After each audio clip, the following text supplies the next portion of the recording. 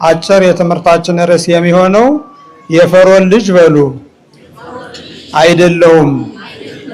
የፈርዖን ልጅ አይደለሁም። የፈርዖን ልጅ አይደለንም። የማን ልጅ ነን? የእግዚአብሔር ልጅ ነን ማለት ነው። ይህንን የተናገረው ሙሴ ነው። በዕብራውያን ምዕራፍ 11 ቁጥር 24 ላይ ታገኙታላችሁ።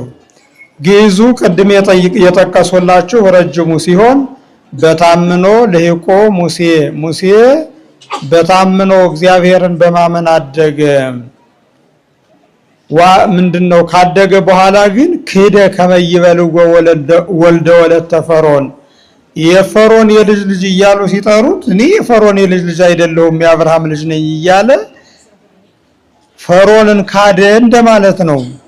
እንግዲህ ዛሬ የተሰበሰብንበት ትልቁ በዓል እግዚአብሔር በመላኩ በቅዱስ ሚካኤል አድሮ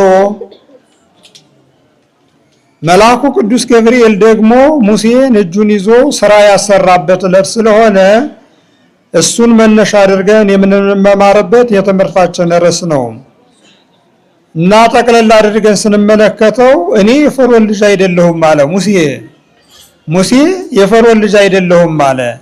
ምን አገናኛቸው ሙሴንና ፈርዖንን ከተባለ ምንም የሚያገናኛቸው ነገር የለም። ስደት አገናኝቷቸው፣ ክፉ ቀን አገናኝቷቸው ነው የእግዚአብሔር ቤተሰቦች። ሙሴንና ፈርዖንን ያገናኛቸው ክፉ ቀን ነው። ሙሴንና ፈርዖንን ያገናኛቸው ረሃብ ነው። ሙሴንና ፈርዖንን ያገናኘቻቸው ግብጽ ናት። ነገር ግን ሙሴ ደሙ ዕብራዊ ነው፣ ፈርዖን አሕዛባዊ ነው። ምንም የሚገናኙበት ነገር የለም። እውነት ለመናገር ታሪኩን እንዴት አድርገን እናመጣዋለን ከተባለ እንግዲህ እግዚአብሔር አብርሃምን ከዛሬ 215 ዘመን በኋላ ልጆች በረሃብ ምክንያት ግብጽ ይወርዳሉ ብሎ ለሙሴ ነግሮት ነበር። ለአብርሃም ነግሮት ነበረ። ጊዜው ሲደርስ ይቺ እግዚአብሔር የተስፋ ምድር አድርጎ የፈጠራት ኢየሩሳሌም በድርቅ ተመታች። ረሃብ ሆነ። ሰው ከራበው መሰደዱ አይቀርምና እስራኤላውያን 78 ነፍስ ሆነው 75 ነፍስ 75ም ብሎ ይጽፋል፣ 75ም 78ም ብሎ ይጽፋል። የግዕዙና የአማርኛው ይለያያል። እንዲያው አጠቃላይ የአብርሃም ልጆች ተነቅለው ወደ ግብጽ ወረዱ። የወረዱበት ምክንያት ቅድም እንደነገርኳችሁ ተርበው ነው። ይዟቸው የወረደ አባታቸው ያዕቆብ ነው። ፈርዖን ጠርቶ እስኪ ይዟቸው የወረደ ያው ከዚያ በፊት ሙሴ ቀደም ብሎ ዮሴፍ ቀደም ብሎ ተሽጦ ነበረ። ከዚያ ቀጥሎ አባታቸው ያዕቆብ ወርዷል። አባታቸው ያዕቆብን ተከትለው 78 ነፍስ ግብጽ ይኖሩ ነበረ። ግብጽ ያ ማለት ምን ማለት ነው? በስደት ማለት ነው። እና በዚያ በሚኖሩ ጊዜ እስራኤላውያን አባቶች አባቶቻቸው እነ ያዕቆብ እነ ዛብሎን ሌሎችም 12ቱ ነገደ እስራኤል ካለቁ በኋላ ሙሴ ተተካ። ያ አባታቸው ያዕቆብን አክብሮ አግኖ የተቀበለው ዮሴፍንም በ12ቱ ነገደ እስራኤልና በግብፃዊ ላይ ሹሞ እስፉንቶፎኒህ ሊቀ ጠቢባን የብልሆች ብልህ ብሎ የሾመው ፈርዖን ማሉል ከሞተ በኋላ ሶስተኛው ፈርዖን ተነሳ።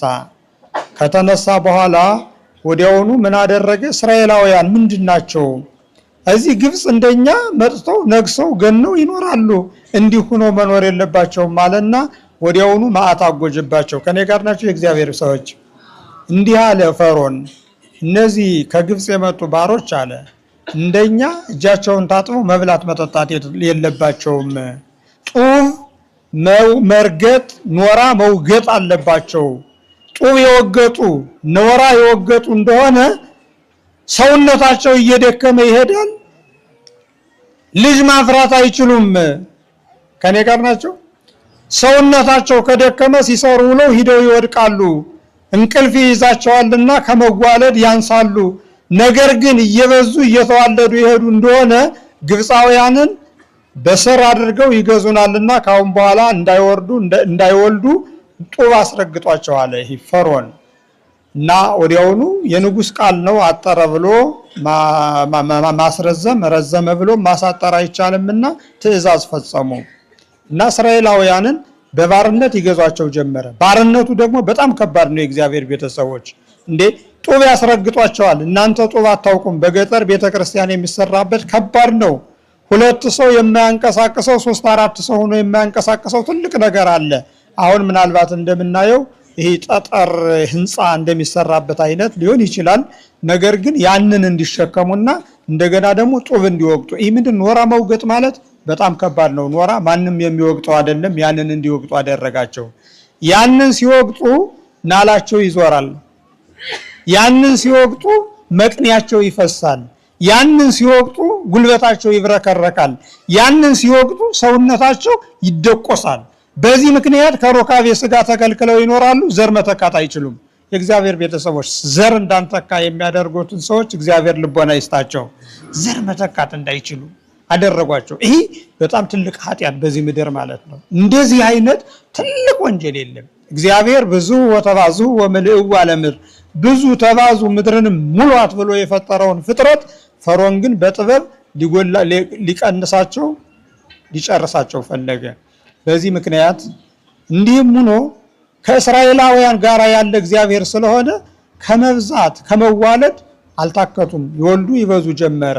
የሚያደርገው ቢጠፋው አለ ሰብስቦ ሰዎችን ካሁን በኋላ ዕብራውያን ሲወልዱ ወንድ ወንዱን እያነቃችሁ ግደሉ፣ ሴቶች የሆኑ እንደሆነ ደካሞች ናቸው፣ ኃይል ጉልበት የላቸውም፣ ለኛ ተገዢ ለኛ የጭድ ገረድ ሆነው ይኖራሉና ሴቶችን አትንኩ፣ ለዝሙት እንፈልጋቸዋለን፣ ወንዶችን ግን ግደሉ ብሎ አዘዘ። ዓለም ክፉ እኮ ናት። የእግዚአብሔር ቤተሰቦች ክፉ እኮ ናት። ሴቶችን ለዝሙት እንፈልጋቸዋለን፣ ወንዶችን ግን ግደሏቸው አለ። ከዚያ በኋላ በእያንዳንዱ ዕብራውያን ቤት ገዳይ ተመደበ። የእግዚአብሔር ቤተሰቦች ሴቶች ሲጸንሱ ሆዳቸውን እያሹ ጽንስ የሚያስወርዱ ምናልባትም ተደብቀው እንኳን 9 ወር ከ5 ቀን ሆኗቸው በሚወልዱ ጊዜ እየተከታተሉ ሕፃናትን እያፈኑ እያነቁ የሚወልዱ ሲፓራ ፉሃ የሚባሉ ብዙ መወልዳት ወይንም ደግሞ አጓላጆች ተመደቡላቸው በሴቶች። የዕብራውያን ሴቶች ሲወልዱ እነዚህ እየተከታተሉ እያነቁ ይጥላሉ። ነገር ግን እግዚአብሔር ከሰማያት ሆኖ የእስራኤላውያንን በደል ያይ ስለነበረ በዚህ ጊዜ ሙሴ ሊወለድ እግዚአብሔር ፈቀደ እና አባቱ እንበረም እናቱ ደግሞ ዮካብድ ትባላለች። በጸነሰች ጊዜ መልአኩ ቅዱስ ገብርኤል መልአኩ ቅዱስ ሚካኤል ሙሴን ከማህፀን ጀምሮ ይጠብቀው ጀመረ። ከምን ጀምሮ አልኋችሁ? እምከርሰ እመየ አንተ አምላኬ ይላል ዳዊት። ፈጣሪ ሆይ አንተ አለ ያንተ አምላክነት ከእናቴ ማህፀን ጀምሮ ነው ይላል። ከእናቴ ማህፀን ጀምሮ ምን ይለኛል አለ? ይጠብቀኛል። አያችሁ፣ የሙሴ እግዚአብሔር የኛ እግዚአብሔር ከማህፀን ጀምሮ ነው የሚጠብቀው። ከማህፀን ጀምሮ ብዙ ሴቶች ሲጸንሱ ከሆዳቸው ያለውን ሕፃን ወይንም ደግሞ ጽንስ የሚያውቁት ሲንፈራገጥ ሲጫወት እነሱም ደስ ይላቸዋል። ለ3 ለ4 ቀን አልጫወት ያለ እንደሆነ ምንድነው ልጅ ዛሬስ መንቀሳቀሱን አቆመ ብለው ሲያዝኑ ሲተክዙ ይውላሉ ያድራሉ። ይህ ልማድ ነው። ያንን እንዲንቀሳቀስ የሚያደርገው ደግሞ ማን ነው ካላችሁ እግዚአብሔር ነው። እናት የጸነሰችውን በማህፀኗ ያለውን ሕያውነቱን ለመለየት አችልም። የሚያንቀሳቀሰው እንዲጫወት የሚያደርገው ማን ነው? እግዚአብሔር ነው። አያችሁ፣ ከዚህ በላይ ምን አምላክ አለ? ይኮ ነው የኛ አምላክ የኛ እግዚአብሔር እንዲህ ነው በእናታችን ማህፀን ጀምሮ የሚጠብቀን እና ሙሴን በእናቱ ማህፀን ጀምሮ ይጠብቀው ጀመረ። እንዴት በእናቱ ማህፀን ጀምሮ ከተባለ የእናቱን ሆድ አሽተው ያለዚያም ደግሞ ጨካኞች ናቸውና ይህ ነፍሰ ጡሯን ከእሳት አጠገብ ያጋድሟታል። በቃኝና በግራ የብረት እሳት ወይንም ደግሞ የሚቀልጥ ብረት ያነዳሉ። ያኔ የሚቀልጠው ብረት ሆዷን ሲነካው የሴትዮዋ የጸነሰችው ጽንሷ ቀልጦ ወደ አፈርነት ወደ ውሃነት ይመለሳል ወይንም ደግሞ ይፈሳል። እንዲህ እያደረጉ ነፍሰ ጡሮቹን የሚያስጨነግፉ ጨካኞች ነበሩ ግብፃውያን። ጨካኞች ናቸው ግብፃውያን። እንዲሁ ከመሆን እግዚአብሔር ሙሴን ጠበቀው። እንዲህ ካለ ነገር የጠበቀን መድኃኒታችን ኢየሱስ ክርስቶስ እና እንደዚህ አድርጎ ጠበቀውና ከእናቱ ማህፀን ጀምሮ 9 ወር ከ5 ቀን ሲሆን ሙሴ ተወለደ። ሲወለድ እነዚህ አጓላጆች ለሙሴ የደረሱት ቅድም በስም የጠቀሱላችሁ አንዷ ሲፓራ፣ ሁለተኛዋ ደግሞ ፉሃ የምትባል ሴት ነበረች እና ሄደው ሙሴ በሚወለድበት ጊዜ ከሙሴ ቤት ተገኙ። ሙሴ ግን ሲወለድ ወዝንቱ ሕፃን ይከድኖ ሞገስ ምንእሱ ገና ከእናቱ ማይፀን ጀምሮ ብርሃን ተስሎበት ተወልዶ ነበር ይላሉ። ሞገስ ያለውን አባቶቻችን ሲተረጉሙ ሞገስማ ሁሉም ሞገስ ተስሎበት ነው የሚወለድ እኛንን እንጂ አንዱን መልከ ጥፉ አንዱን መልከ መልካም የምናደርገው ሁሉም ፍጥረት በእግዚአብሔር ዘንድ ውብ ነው ድንቅ ነው። እግዚአብሔር መልከ ጥፉ ፍጥረት እንደኔ አይነት መልከ ጥፉ ፍጥረት አይፈጥርም እንደማለት ነው። እንግዲህ ደረጎ ሲራቀቅ በቅኔ ሲራቀቅ እንደሱ አይፈጥርም አሉ እነሱ እና ይከድኖ ሞገስ ምንእሱ ከእናቱ ማይፀን ጀምሮ አሉ ብርሃን ከቦት ብርሃንን ተጎናጽፎ በብርሃን ተከቦ ተወለደ። ያኔ እነዚህ ሙሴን ሊገሉ የመጡ ሁለት እናቶች አይተው ለዝሰ ዘፈጠረ ይቅትሎ ይህ መልከ መልካም ነው ይህንን የፈጠረው ይግደለው እንጂ እኛ እንገድለውም ብለው የመግደያ መሳሪያቸውን ይዘው ወደ ቤታቸው ተመለሱ። ሙሴ ዳነ። እግዚአብሔር አምላካችን የተመሰገነ ይሁን። አያችሁ እንግዲህ ትልቁ ቁም ነገር እንደዚህ ነው። ነገር ግን ጠላት ክፉ ነው። የእግዚአብሔር ቤተሰቦች ተከታትሎ ስለሚያጠፋ እናቱ ምን አለች? ለ3 ወር ያህል ከቤቷ አጠባችው። ከ3 ወር በኋላ ግን ሕፃናት በመልካቸው በድምጻቸው ይለያሉ። ስለዚህ ሕፃኑ ሲያለቅስ የሰሙ እንደሆነ የፈርዖን አሽከሮች ወንድ ልጅ ተወልዷል ብለው ከክንዴ ነጥቀው ይገሉብኛል ብላ ውሃ የማያስገባ ሳጥን አሰርታ ወስዳ በአባይ ባህር ጣለችው ነው። አሞራ እንዳይነጥቀው እህቱ ቀን እየሄደች ትጠብቀው ጀመረ። ረሃብ እንዳይርበው ደግሞ እናቱ ማታ እየሄደች ጡት ታጠባው ጀመረ። እግዚአብሔር እንደዚህ አይነት ድል ያለው ሰው እንደው በእውነት እንዴት ደስ ይላል። እንዲሁ ነው ሙሴ ያደገ። ነገር ግን ሙሴን በዚህ በአባይ አጠገብ ሆኖ የሚጠብቀው መልአኩ ቅዱስ ሚካኤል ክንፉን ዘርግቶ ስለሚጠብቀው ከዕለታት አንድ ቀን አድርገው ማታውቀን የፈርዖን ልጅ ልትዝናና ወደ አባይ ወረደች። አሁን እናንተ ጣና ሄዳችሁ እንደምትዝናኑት እስኪ ጣናን አይተነው እንምጣ እንደምትሉት እንደዛ ለመዝናናት የገጠር ሰውም ይመጣል ጣናን አይቼው ልምጣ ብሎ ማለት ነው። እንደሱ ማለት ነው። እና የፈርዖን ልጅ ልትታጠብ ልትዝናና ወደ አባይ ሄደች። አሻግራ ብትመለከት አይኗን መልአኩ ቅዱስ ሚካኤል ከፍቶላት አሻግራ ብትመለከት አንዲት ሳጥን ከጀጀባው ውስጥ እንደ ጨፌው ካለው ውስጥ ሳጥን ወድቆ አየች። ያን ሳጥን አምጡልኝ ብላ ብታስመጣው ሙሴን ቀደም እንደነገርኋችሁ ብርሃን ተስሎበት በሕፃን አምሳል ምንድነው እየተጫወተ እየወረቀ አገኘችው። ወደደችው፣ አቀፈችው። ይህስ ከዕብራውያን ሴቶች አንዷ ወልዳ ቢጨንቃት የእናት ወድ ሆኖባት እዚህ ጥላው ነው ብላ አንስታ ወስዳ ለንጉሱ ለፈርዖን ወለድሁ ብላ ነገረችው። ለአባቷ ወለድሁ ብላ ነገረችው። በዚህ ምክንያት ፈርዖን የልጅ መስሎት ፈርዖን ሙሴን አሳደገው። ሙሴ እያደገ ሲል አዎ ከዚህ ጋር ከቤተ መንግስት ገባ። ሙሴ በንጉሱ ልጅ ታቅፎ ከዚያ በኋላ እንዳልወለደችው ታውቃለች። ያልወለደ ጡት ወተት አያስገኝም። የእግዚአብሔር ቤተሰቦች እና ጡት ውሃ ወተት መስጠት ሲሳነው እባካችሁ ከዕብራውያን መጫት ፈልጋችሁ ልጇን አባቴ ያስገደለባት ካለ አንዲት እናት ፈልጋችሁ አምጡልኝ አለች። እህቱ ከሩቅ ትመለከት ስለነበረ ቀረብ ብላ አይ በዚህ ሳምንት ልጇ የሞተባት አለች፣ እንዲያውም እንደዚህ አሁን አንቺ እንደታቀፍሽው ወንድ ልጅ የሞተባት አለች አለችና እናቷን ወስዳ የሙሴን እናት የሷም እናት ናት የሙሴም እናት ናት ወስዳ ሞግዚት አድርጋ ከቤተ መንግስት አስገባቻት። አሁን ፈርዖን ማን ነው? ሙሴ በማን እጅ ማደግ ጀመረ? በእናቱ እጅ። የማንን ጡት መጥባት ጀመረ? የእናቱን እጅ። አያችሁ የእግዚአብሔር ነገር ይሄ ነው። የእግዚአብሔር ነገር ታምር የሚያደርገው እሱ ድንቅ የሚያደርገው እሱ ካለ የሚሳነው እንደሌለ የሚያደርገው እኮ ይሄ ነው። የእግዚአብሔር ቤተሰቦች አሁን እናንተ ምንር ስላቸው ላሚነ ስላሴ ማለት አይደለም። እንዲህ አድርጎ እግዚአብሔር ያሳድገናል ብላችሁ ስለማታምኑ ሁላችንም ስለማናምን ጠርጣራዎች ስለሆነ ነው እንጂ እግዚአብሔር እኮ ጥበቡ ብዙ ነው። የእግዚአብሔር ቤተሰቦች እንዲህ አድርጎ ማሳደግ ይችላል። የእግዚአብሔር ቤተሰቦች ብዙዎቻችሁ እኮ ያለ እናት ያደግን አለነ፣ ግን አንድም ነገር አልጎደለብንም። እንደ ሙሴ ባይሾመንም እንደ ሙሴ ከፍ ባያደርገንም ብዙዎቻችን ለሞት ግን አልበቃንም። እግዚአብሔር አምላካችን የተመሰገነ ይሁን እና እዚያ ቤተ መንግስት ሆኖ ሙሴ አደገ። እናቱ በቤተ መንግስት ሆና ታሪክ እየነገረች አሳደገችው። እኛ ከግብጽ ማነው ከኢየሩሳሌም ተሰደን ግብጽ የምንኖር ነን። ፈሮናውያን እንደሚሉን ግብጻውያን እንደሚጠሩን ባሮች አይደለንም። በስደት መኖር ደግሞ የአባቶቻችን ታሪክ ነው። አባታችን አብርሃም ወደ ግብጽ ተሰዶ ነበረ። ነገር ግን የቀደመውን ፈሮን ግንት ምንድነው በቁስል መጥቶ እግዚአብሔር ወደ ሀገሩ እንዲመለስ አድርጎታል። እኛ ስደተኞች አይደለንም፣ ተስፋ ያለን ኤልሻዳይ የሚባለውን እግዚአብሔርን የምናምን የአብርሃም ዘሮች ነን፣ የእግዚአብሔር ምርጥ ሰዎች ነን እያለች እየተረከች አሳደገችው። ወደ ርዕሰ ሊደርስ ነው። ሲያድግ 30 ዘመን ሲሞላው በታምኖ ልሂቆ ሙሴ ክሂደ ከመይበልዎ ወልደ ወለተ ፈርዖን የመኳንንቱ የመሳፍንቱ ልጆች ከሙሴ ጋራ በሰገነት የሚጫወቱት ቤተ መንግስት ያደጉት ሁሉ የፈርዖን ልጅ እያሉ ነበር የሚጠሩት የነበረ። ሙሴ ግን ሲያድግ እኔ የፈርዖን ልጅ አይደለሁም አለ። የእግዚአብሔር ቤተሰቦች የእግዚአብሔር ልጅ ነኝ አለ።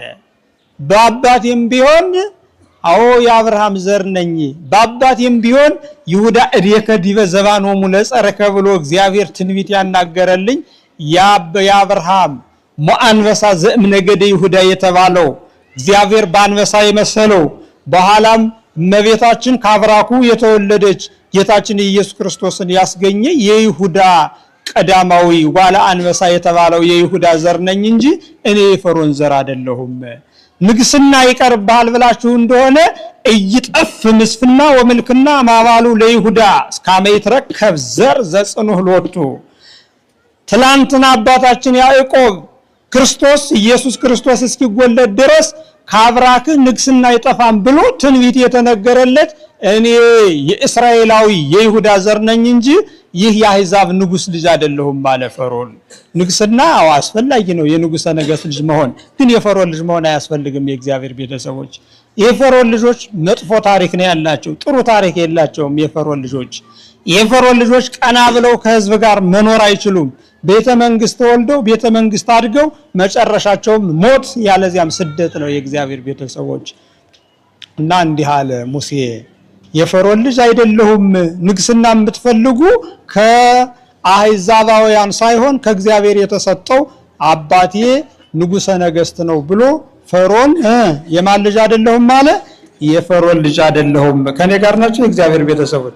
ይሰማቸዋል? ድምጽ ማጉያው ሩቅ ስለሆነ አይሰማቸውም መሰለኝ። እኔ ብቻዬን ነው እየተናገረው ያለው። በዚህ ዘመን ብቻውን የሚናገር እብድ ነው፣ በሚዲያ የሚለፈልፍ እንዲህ አይነት ነው ጥሩ ሰው የሚባለው።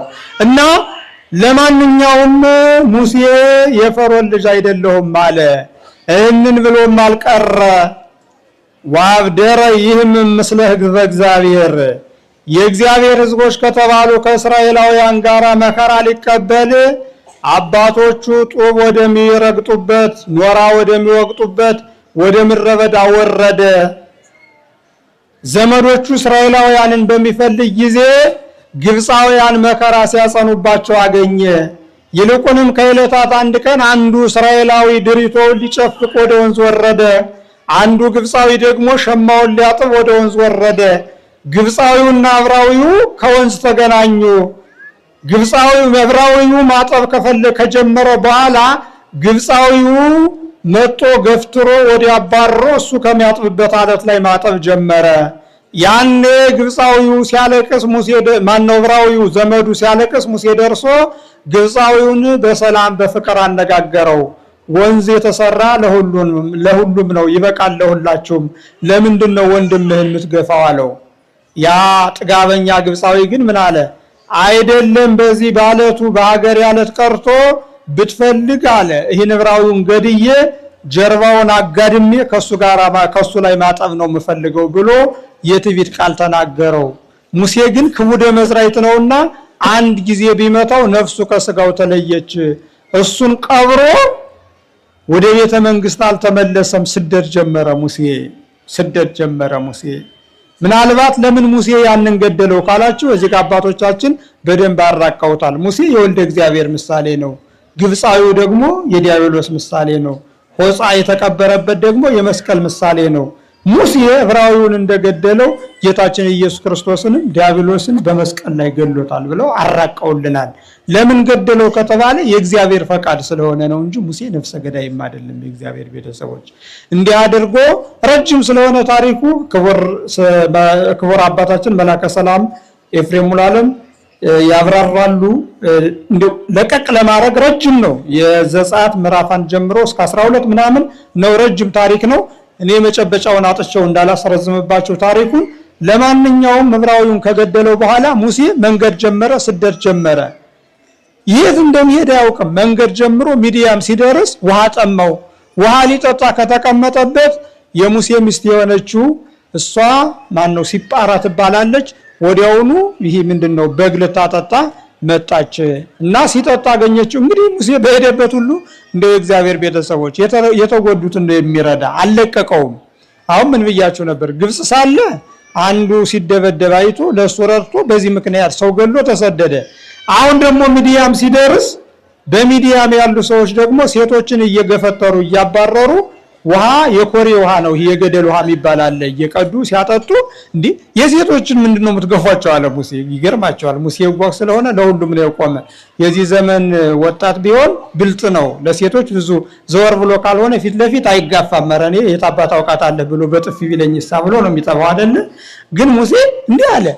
እንዴ ለምንድን ነው ሴቶችን የምትገፏቸው አለ። ከኔ ጋር ናቸው እኮ ሙሴ እኮ የሁሉ አባት ነው። የእግዚአብሔር ቤተሰቦች ለምንድን ነው ሴቶችን የምትገፏቸው? እንዴ ውሃ የተፈጠረ ለሁሉ ነው፣ ለምንድን ነው የምትገፏቸው አለና እረኞችን ክቡደ መዝራዕት ነው ሙሴ እየገፈታተረ ገብቶ ውሃ ቀርቶ ለሁለት ሴቶች ለእረኞች በግ ለሚጠብቁት ውሃ ጠጣላቸው። እና አባታቸው አረጋዊ ነው፣ የሚውለው ከቤት ነው። ፈጠን ብለው ሲሄዱ ምን ነው ዛሬ ፈጥናችሁ መጣችሁ አላቸው። አይ እንደ አንድ ዕብራዊ አነጋገሩ ዕብራዊ ነው የሚመስል ሙሴ አዳዳ ነውና ብዙ አንደበቱ አይሰማም፣ ረጅም ምላስ አልነበረውም፣ ከእግዚአብሔር ጋር የሚነጋገርበት ነበር የነበረውና አይ አንድ እንዲያው አነጋገሩ ዕብራዊ ነው፣ አጠማጠሙ ደግሞ ግብፃዊ ይመስላል። ነገር ግን እረኞች እኛን እየገፈታተሩ የራሳቸውን በጎች ሲያጠጡ ለሴቶች ለኛ ተጋርዶ ወይንም ደግሞ አግዞ አጠጣልን አሉት። አምጡት አላቸው። ሂደው አመጡት። አደረ በእንግድነት። በነጋው ተነስቶ ሄዳለሁ ሲል ወዴት ትሄዳለህ አለው። እግዚአብሔር ወዳደረሰኝ ነው የሚሄድ፣ መልአኩ ወደ መራይ ነው የሚሄድ አለው። መንገድ ቢሄዱት አያልቅምና እባክህ ይችን አንዷን ልጅን አግብተህ ከዚህ ከኔ ጋር አኖር አለው። ምን ትሰጠኛለህ ሲለው አይ ምሰጥህ ነገር መቆርጥልህ የለኝም፣ ግን በግ እየጠበቀህ ከኔ ጋር ትኖራለህ አለው። ሙሴ ደግ የዋህ ስለሆነ ለራሱ የማያስብ ቅን ስለሆነ ወዲያውኑ ሲፓራን አግብቶ በግ መጠበቅ ጀመረ። የእግዚአብሔር ቤተሰቦች ይህ እኮ ነው። አንዳንድ መናንያን እንደ እግረ መንገዳቸውን ይሄዳሉ። ከዚያ በኋላ የአንዱን ሀብታም በግ እየጠበቁ ዳዊት እየደገሙ በቅተው በምድረ በዳ ያርፋሉ። በእኛም ሀገር ማለት ነው። እና ሙሴ እንደሱ አደረገ። በቃ የወርቅ ዘንግ አለችው ከግብፅ ይዟት የወጣ ያችን ይዞ በጎቹን እየመራ ደብረ ሲና ወደሚባለው ተራራ እየሄደ በግ ሲጠብቅ ይኖራል። ግን አንድ በግ የለውም እኮ ሙሴ። አንድ ሀብት እኮ አልተቆረጠለትም። በቃ አምኖ ፍቅር አገብሮት አስገድዶት ሚስቱን አግብቶ ከዚያ በኋላ በዚያ በግ እየጠበቀ መኖር ጀመረ። በግም ሲጠብቅ የወርቅ ዘንጉን ይዞ እሱ ከፊት ይሄድላቸዋል፣ በጎች ይከተላሉ። ከዚያ በኋላ ከእግዚአብሔር ጋር ሲነጋገር ሲመሰጥ ነው የሚለው ሙሴ በደብረ ሲና። እና ከዕለታት አንድ ቀን እግዚአብሔር ከሩቅ ላይ እግዚአብሔር ምንድነው ይሄ ምናልባት ከበድ ያለ ንግግር ይሁንና ሐመልማል አለ፣ እንደገና ደግሞ ነበልባል አለ። ነበልባል እሳት ነው ታውቃላችሁ። ሐመልማል ማለት እንደዚህ እንደ ወይራው ያለ ነው። እና ሐመልማሉና ነበልባሉ አለ። ነበልባሉ እሳቱ ይሄን ለምለሙን እንደ ወይራ ያለውን ያቃጥለዋል። ነገር ግን ወይራው ደግሞ ወይም ደግሞ ይሄ ሐመልማሉ እሳቱን ያጠፋው እሳቱ ደግሞ አያቃጥለውም። ተዋህዶ ዝም ብሎ ሲንቦገቦገ ያያዋል ሲንቀለቀል። ይሄ ነገር ምንድነው እስኪ ልረዳው ብሎ ቢሄድ ወተናገሮ እግዚአብሔር ምንድነው እግዚአብሔር ተነጋገረው። ሙሴ አለው አቤት የእግርህን ጫማ ፍታ አለው። ስመዘት ከይዳ ምር ቅድስት ይቺ የረገጥሃት እሳትና ሐመልማል የሚጓሃድበት እኮ የተቀደሰ ምድር ነውና እባክህ ጫማህን ፍታ አለው ሙሴም እንደታዘዘው ጫማውን ፈታ። ከዚያ በኋላ እግዚአብሔር በእሳት ውስጥ ነው ያናገረው ጀመረ። በምን ውስጥ አልኋቸው? እንደውም ምሕረቱ ሃይማኖት የተባለ መጽሐፍ እግዚአብሔር አይደለም ያናገረው ወተናገሮ ነባቢ እሳት ይለዋል። ያ እሳቱ ራሱ ነው የሚናገር ይላል። እሳቱ ራሱ ይናገራል። ለምን ከተባለ እሳት እግዚአብሔር ነው። እሳቱ እግዚአብሔር ስለሆነ ራሱ ከእሳቱ ነው አንደበት የሰማ እና እግዚአብሔር ምን አለው? በእሳቱ መካከል ሆኖ ሙሴ ሆይ አለው ሄዶ ወደ ዘመዶችህና ዘመዶችን ከገበሩን ባርነት አውጣቸው አለው። ሙሴ ግን አይ እኔ አዳዳ ነኝ፣ አንደበት የለኝም፣ ከንጉሱ ፊት ቆሞ መናገር የለኝም፣ አልችልም። የፈርዖንን ቤተ መንግስት ያውቀዋል። ከኔ ጋር ናችሁ። ስለሚያውቀው ያንን ነገር ለመናገር ይሄ አንደበት ርቱ አይደለሁም ማለት ሙሴ። እግዚአብሔር ግን ምን አለው? አይ ምላስ እኮ አይደለም ትልቁ ቁም ነገር ቅንነት ነው። ምላስ ካስፈለገ ወንድም አሮን ረጅም ምላስ አለውና እሱ ይናገራል፣ አንተ ዝም ብለህ ተመልሰህ ሂድ አለ። እንግዲህ የእግዚአብሔር ቤተሰቦች በምላሱ እየቆላም ያሳምናል። እንደገና ደግሞ ዝም ብሎ እግዚአብሔር አድሮበት ደግሞ ስራ እየሰራ ደግሞ ስራው የሚከናወንለታል። እያንዳንዱ መስሪያ ቤት ብትሄዱ ውስጥ ላይ ሆነው የሚሰሩ አሉ፣ በአንደበታቸው ደግሞ የሚኖሩ አሉ።